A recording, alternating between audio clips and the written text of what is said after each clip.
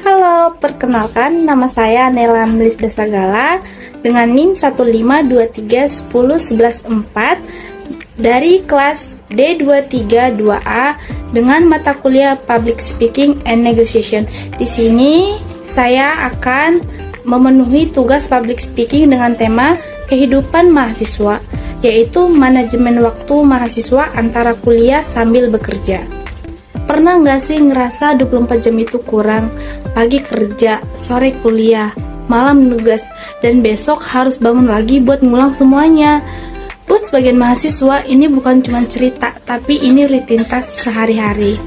Sekarang, banyak mahasiswa yang memilih kuliah sambil kerja.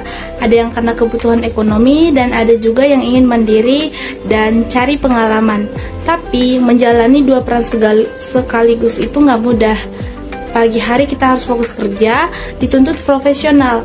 Sore lanjut kuliah, harus tetap ke kampus dan dengerin materi. Dan malam hari, saat badan sudah capek, kita masih harus mengerjakan tugas. Kadang rasanya pengen istirahat aja, tapi kalau tugas ditunda, besok malah makin numpuk. Masalah dan dampaknya, yang pertama, kalau nggak bisa mengatur waktu dengan baik, semua bisa jadi berantakan.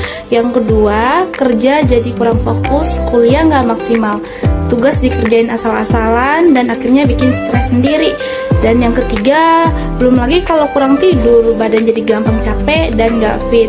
Solusi manajemen waktu itu penting banget buat mahasiswa yang kuliah sambil bekerja. Yang pertama, kita harus bisa menentukan prioritas.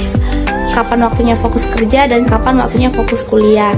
Yang kedua, buat jadwal harian yang sederhana, gak perlu ribet, yang penting kita punya gambaran kegiatan setiap hari. Yang ketiga, memanfaatkan waktu sekecil apapun. Misalnya saat jam kerja, bisa dipakai buat baca materi atau nyicil tugas.